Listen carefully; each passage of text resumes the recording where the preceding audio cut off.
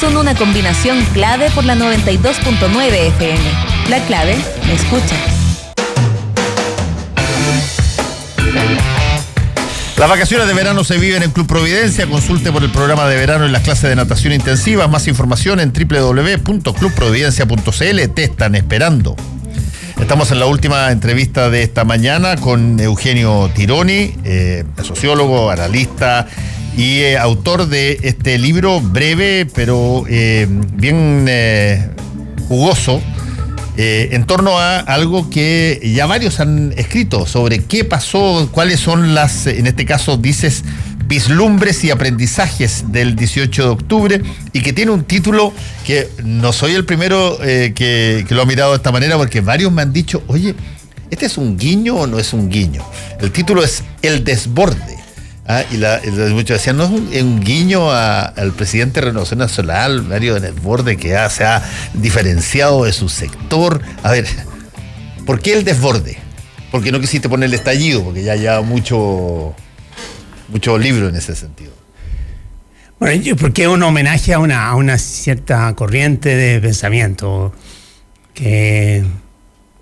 cuyo fundador ha sido Bruno Latour, un antropólogo, filósofo y sociólogo francés, que ha instaurado esta noción de desborde, o sea, de fenómenos que responden a dispositivos construidos por lo humano, normalmente por la ingeniería, y que de pronto se arrancan del control de sus creadores y comienzan a adquirir vida propia.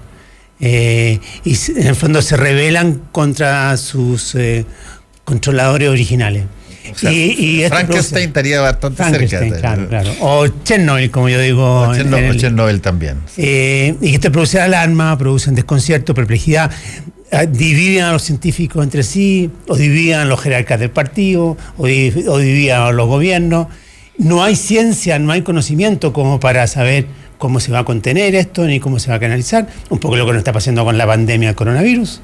No se sabe cuáles son los alcances, no se sabe cuáles son los orígenes.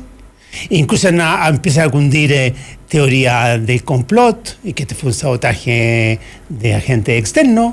Esto lo escuchamos acá, se escuchó en Chernobyl, se está escuchando en Estados Unidos respecto al coronavirus. Y ha venido toda una suerte de racismo respecto a los chinos, que son unos seres extraños que comen cosas raras. Claro, perversos que infectan el resto del mundo. Que ha sido siempre con la peste.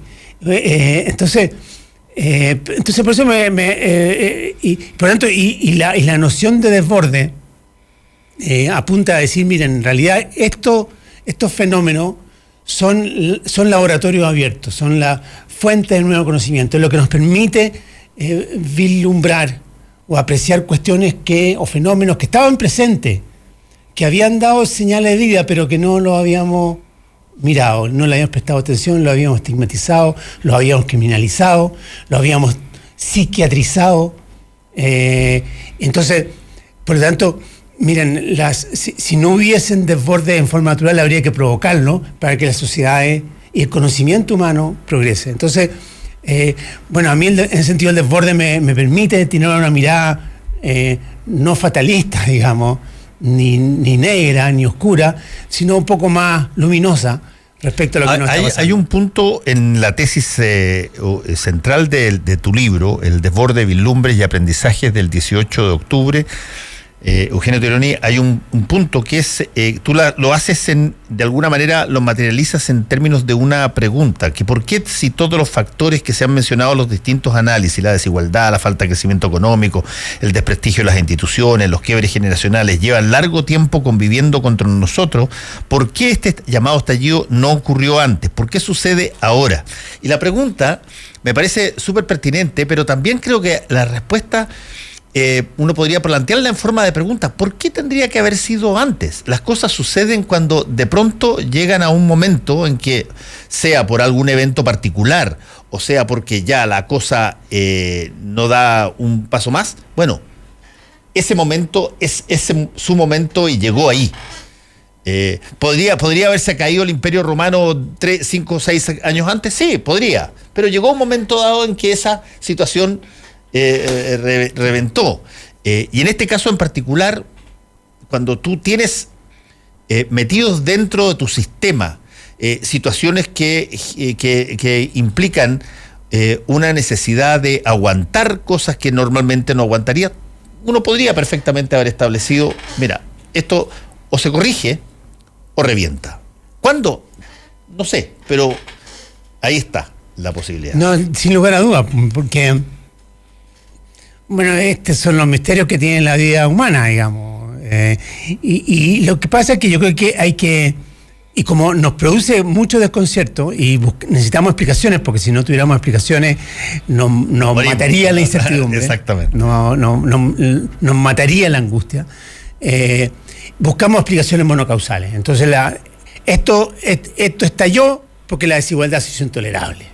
Esto estalló porque las carencias ya hacían que la vida de las personas se hiciera imposible. Esto estalló por la constitución de Pinochet. Esto estalló, no sé, porque... Por todas las anteriores. Por todas las anteriores, o porque el ministro de Hacienda dijo que convenía comprar flores porque estas estaban baratas. Yo creo que son todas las anteriores y varias más. Y varias más, o sea, son un gran conjunto de factores. Ahora, yo les tiendo a poner el acento, como sobre lo demás está súper documentado y hablado, que la desigualdad, que la Constitución, que las carencias, sobre todo de las personas más viejas.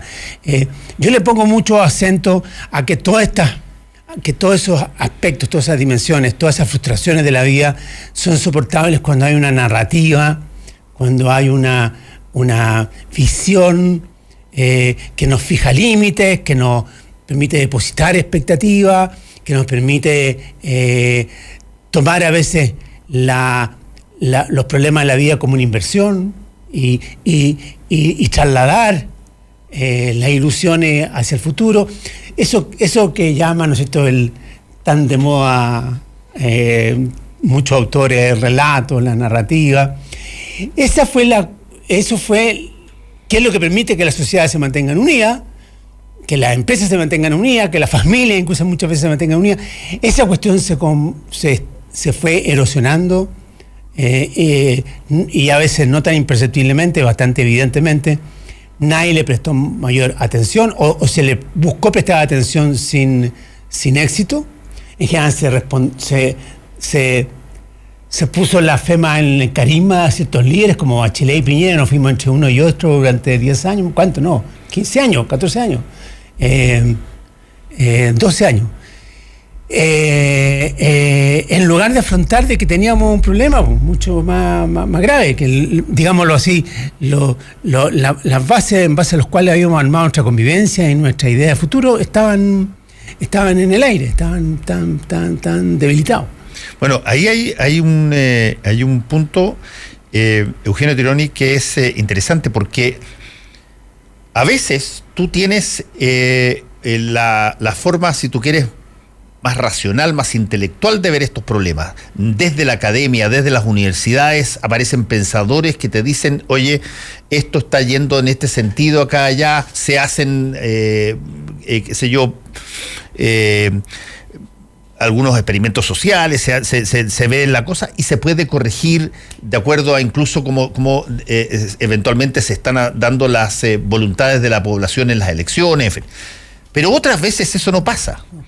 Yo, por ejemplo, siempre saco a colación, y esto es un spoiler y sorry, pero en Parasite, la película que ganó el Oscar, hay un momento dado en que pillan el timo y toda la cosa que está, pero todavía no es criminal aquello, hasta que uno de los patrones huele a uno de la familia esta pobre que había hecho toda esta estafa, y huele que era un gesto como decir, mira, somos distintos, ustedes huelen distintos, y en ese momento cambia totalmente la situación, porque el tipo agarra un cuchillo y deja de ser una situación de estafa común y corriente y pasa a ser un acto criminal. El punto lo materializa una situación, mariposa. Una situación de diferenciación. Mira, no es un problema de desigualdad de ingresos, es un problema de desigualdad, si tú quieres, de especie. Es, por ejemplo, lo que uno nota cuando de repente hay gente que se refiere a los manifestantes como orcos o como simios, no como personas. Y por lo tanto tú estableces esa diferencia. ¿Qué te puede importar pegarle un tunazo a un simio? O matar un orco. Eso no tienen derechos humanos, no son humanos, son humanoides, como decía el almirante Merino. Tú estableces diferencias así que generan cambios brutales. Claro, pero eso que yo cito a José Massa, que yo creo que en una afirmación muy brillante dice: esto partió en un lago en el sur en febrero de 2019. Que fue muy parecido al caso de Paracet. Sálganse de mi claro, de una familia, o sea, un grupo de mujeres que unas religiosas también había. Que era entre ellas una religiosa que llega a una playa que ellos saben que es pública, por lo demás la que habían ido de niñas, se instalan y llega un señor y les dice: tienen que retirarse de mi playa. De mi playa. Le dice: pero señor, pero si no es suya, la playa es pública. No me discute porque soy abogado. O sea, ese apelación a la autoridad, al certificado escolar, a una autoridad que ya en estos tiempos todos sabemos que está totalmente obsoleta. Bueno, yo creo que eso como que simbolizó un trato, efectivamente, una estructura oligárquica que ya no se corresponde con las expectativas, ni siquiera ni con las condiciones de vida de hoy, de personas que tenemos más escolaridad, que tenemos más recursos, que estamos más conectadas, que votamos y elegimos a los presidentes y a las autoridades de la República. Entonces, yo creo que, pero es cierto, tú tienes toda la razón de que a veces son estas pequeñas cosas lo que hacen que los fenómenos estallen o se desenvuelvan, y además no hay manera de prevenirlo esto. Y en buena hora que no hay manera de prevenirlo, si no viviríamos en un mundo paranoia, en el infierno. Es como siempre pienso, esto es como con los infartos. Tú puedes tener todas las precauciones y después empiezas a hacer la historia para atrás y decir: en verdad tuve todo y este otro síntoma, pero la verdad es que cuando viene. Cuando viene. Y uno reconstruye la historia para atrás para descubrir las señales de alarma, pero uno no actúa en base a la alarma, actúa en base a la experiencia. Sí, tú tienes razón ahí, además que uno descansa, y nosotros en particular en Chile, y yo creo que tú lo pusiste eso, Eugenio Tironi, también en un libro anterior, uno descansa en el concepto, que se usó mucho inmediatamente después del estallido, en el concepto de cuál era nuestra normalidad. Uh-huh. El concepto normalidad. Normalidad da la sensación de que todo debe continuar como es, porque es normal. Pero lo que para ti es normal o rutinario, para otra persona puede ser un infierno, digamos, y puede ser una situación intolerable. Pero como tú, para tener seguridad en el momento en que vives, necesitas determinadas rutinas, necesitas que las reglas te funcionen, que el semáforo que tú tienes verde no implique que el otro gallo desconozca su roja y que pase. Esa normalidad, cuando incorpora condiciones de abuso o condiciones de desigualdad, es un caldo de cultivo donde básicamente lo que falta es saber cuándo eclosiona nomás. Claro, y es cierto, claro, nosotros necesitamos ciertos automatismos para vivir, porque si no tendríamos toda nuestra mente, nuestra capacidad destinada a sobrevivir, y nosotros no tendríamos intimidad, estaríamos preocupados de movernos en el entorno. Entonces funcionamos con cierto automatismo, ciertas previsiones. Ahora, pero la noción misma de normalidad, como tú dices, va evolucionando. O sea, lo que en un momento era normal, qué sé yo, no sé, esperar 3 meses para una operación o 6 meses para una operación, o simplemente no pensar siquiera en operarse y morir en la casa, ni siquiera llegar al sistema de salud, de pronto se hace anormal, insoportable, intolerable. Entonces, la noción misma de normalidad va cambiando. Lo que nos está pasando hoy día, y muy fuertemente con el tema de nuestras relaciones como hombres con las mujeres, lo que nos está pasando ahora con el coronavirus. O sea, como muchos anuncian en estos días, una noción de normalidad en el mundo acaba de fenecer. Está en este minuto feneciendo. O sea, mi gente, lo que está pasando con los viajes, con el trabajo, con las relaciones entre las personas. Y esta cuestión ocurre por shocks. Si no hay otra manera. Sí, ahora, hay ciertas cosas que uno advierte como normal, por ejemplo, y voy a poner un parangón, donde uno dice, ¿por qué eso puede ser normal en un país y en mi país no es normal? Te voy a poner un ejemplo que conversaba ayer con una persona que es profesora y me decía, yo leo que a un gigantesco y potentísimo productor de cine de Estados Unidos, Harvey Weinstein, le dan 23 años de cárcel por los abusos y violación. Y no puede con todo su dinero y con todo su poder para zafar. Y resulta que yo veo mi normalidad, y la normalidad mía es que cuando incluso están todas las cosas disponibles para que se pueda llegar a materializar sentencias y condenas contra la corrupción, no pasa eso acá. Esa normalidad me irrita. Me irrita, me indigna ese contraste. No, y un mexicano nos ve a nosotros y dice, ¿y cómo yo soporto mi normalidad? Donde la corrupción construye multimillonarios que se ríen en mi cara y nadie los toca. Y así, esto se puede reproducir hasta el infinito, efectivamente. Ahora, estamos en un mundo más globalizado, pese al coronavirus, o el coronavirus es una prueba de lo globalizado que estamos, quiero decir, cómo se ha expandido por el universo, digamos, en cosa de días. Pero y eso mismo hace que digámoslo así, los estándares culturales con la cual, o los estándares sociales, o los estándares políticos, con los cuales, los estándares tecnológicos también, con los cuales juzgamos nuestra vida, son cada vez más exigentes y son cada vez más mutantes. Y yo creo que uno de los grandes problemas que hemos tenido en Chile es que las élites de todos los colores y en todas las dimensiones no han tenido la presteza, digamos, ni la porosidad, ni la rapidez para asumir que esos estándares cambiaron. Y se produjo una suerte de un efecto marmota, o sea, las élites se durmieron respecto a lo que estaba pasando en la sociedad.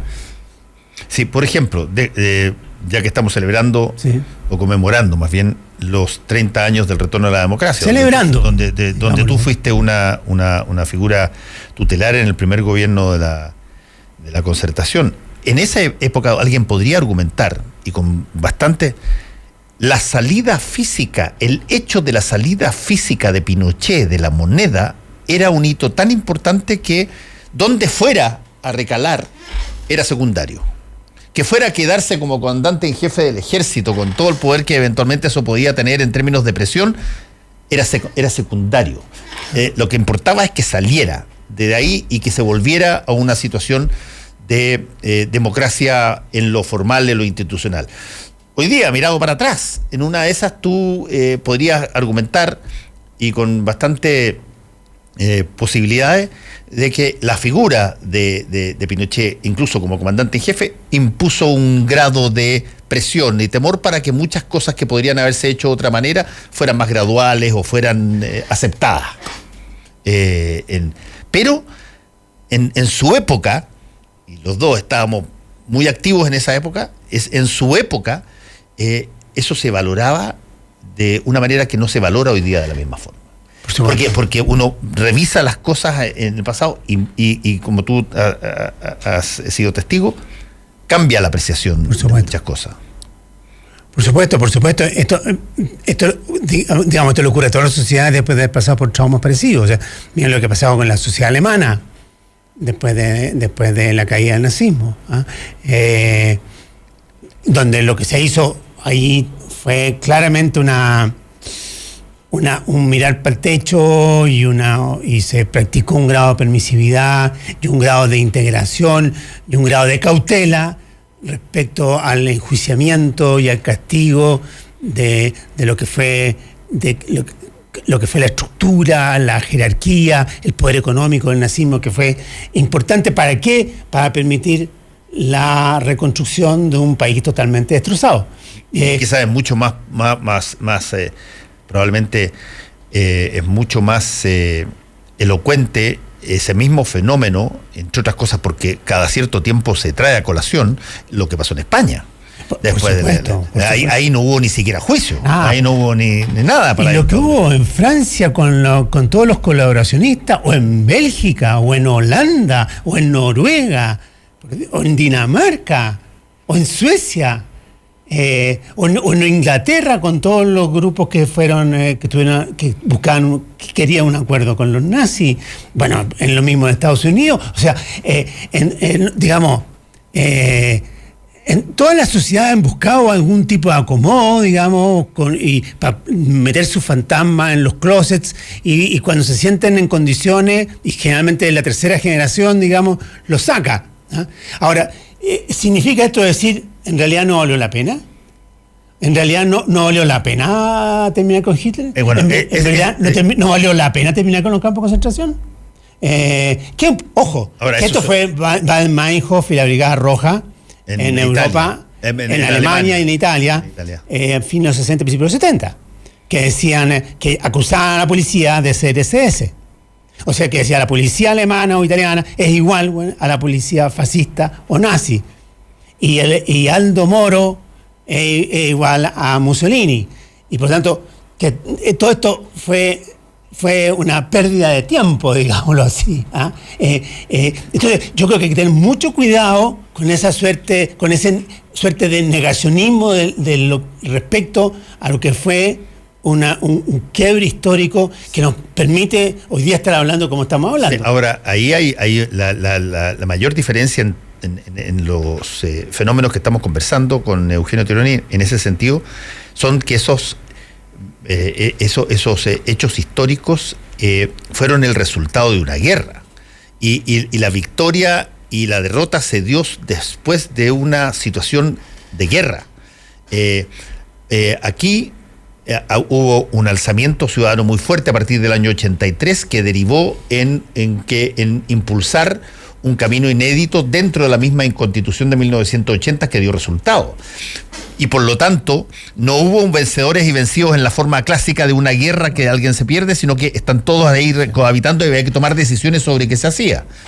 Y las decisiones que se tomaron fueron cuestionadas 20 años después. Por aquellos que querían una guerra.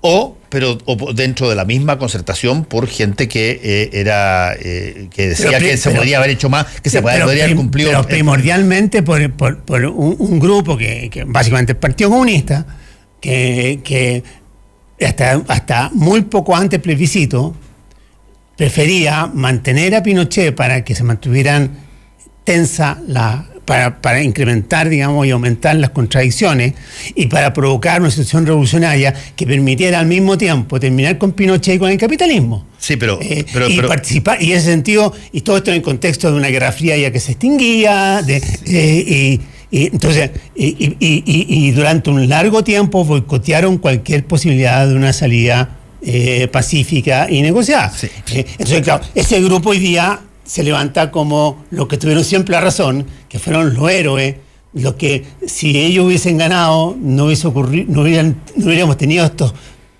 30 miserables años. Pero eso es... Sí, pero convengamos que una cosa que se ha minimizado y falta que salgan libros al respecto.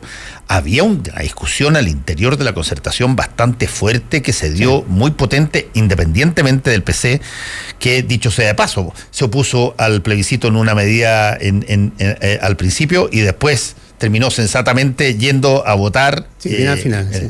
Incluso votó y dio sus votos para que ganara Ricardo Lagos Escobar en la segunda vuelta con Joaquín Lavín. Pero a lo que voy es que había una discusión en un momento dado sobre qué tanto había sido bueno o malo el que se comprometiera un poquitito lo que era el plan o las promesas de gobierno originales del presidente Patricio Aylwin. La revisión de las privatizaciones y todo lo demás Claro, no fue, o sea, hubo una fuerte discusión en los 80 respecto a si aceptaban o no aceptaban la institucionalidad de la dictadura y si se aceptaba o no jugar con esa regla de juego para derrotar a Pinochet. Y después, claro, que hubo un debate bajo el gobierno de Aylwin y después incluso sobre qué camino tomar. Y se optó por un camino evidentemente moderado y que cumplía más con la promesa de la campaña del no, que fue: nosotros no vamos a cambiar de raíz el país, nosotros vamos a sacar a Pinochet y restablecer la democracia. Esa fue la promesa. Usted vote por el no, porque eso le asegura que en un año más puede votar por el presidente que usted quiera. Si vota por el sí, que es como hoy día con el rechazo, quiero decir, va a tener al mismo presidente por 8 años más. Eso era la promesa. Sí. Y eso estaba estrictamente escrito así en la Constitución, porque a diferencia de lo que pasa ahora, donde se construye un instrumento nuevo que se llama plebiscito de 26 de abril, en el caso anterior era mucho más riesgoso y mucho más complejo de aceptar, porque era algo que estaba metido dentro de la Constitución del 80 de Pinochet y que se iba a hacer sin partidos políticos legalizados, sin registros electorales, y por lo tanto era una hoja en blanco. Era un albur. Era un albur. ¿Cierto? Era un albur. Y es por eso que el argumento que usaba el sí, el 88, era decir: miren, nosotros les ofrecemos un camino seguro, que con esta misma Constitución, de acuerdo a sus propias cláusulas, con un líder seguro, y además amistoso, cariñoso, como un abuelo amoroso, que es Pinochet, porque se transformó, ya no sacó los anteojos oscuros, sacó el uniforme, y él nos va a conducir a una democracia plena, ¿no es cierto? Lo que nos están proponiendo los señores del no es un albur, como tú dices. Nos están diciendo que van a hacer un gobierno nuevo, son 16 partidos, están los comunistas de por medio, muchos que adoran a Cuba y que estuvieron exiliados en Cuba. O sea, lo que viene, se lo aseguro, es un despelote, es el caos. Claro. Y el fin del consumo, el fin de los créditos, el fin de la propiedad privada. Eso fue la campaña de sí. Eso fue exactamente así. Y el dilema que se nos está planteando ahora. Y estamos 30 años después discutiendo y hay un sector que dice exactamente lo mismo. Eugenio Tironi, el libro tuyo se llama El Desborde, Vislumbres y Aprendizajes del 18 de octubre y ya está en todas las librerías de Editorial Planeta. Muchas gracias por haber estado con nosotros. Muchas gracias, Fernando. Que vaya muy bien y gracias a todos ustedes, que les vaya bien. Fueron 3 horas de información, realidad y debate junto a Fernando Paulsen y nuestros panelistas e invitados. Volvemos mañana con los temas que nos importan para seguir debatiendo y conversando. Combinación clave. La clave me escucha.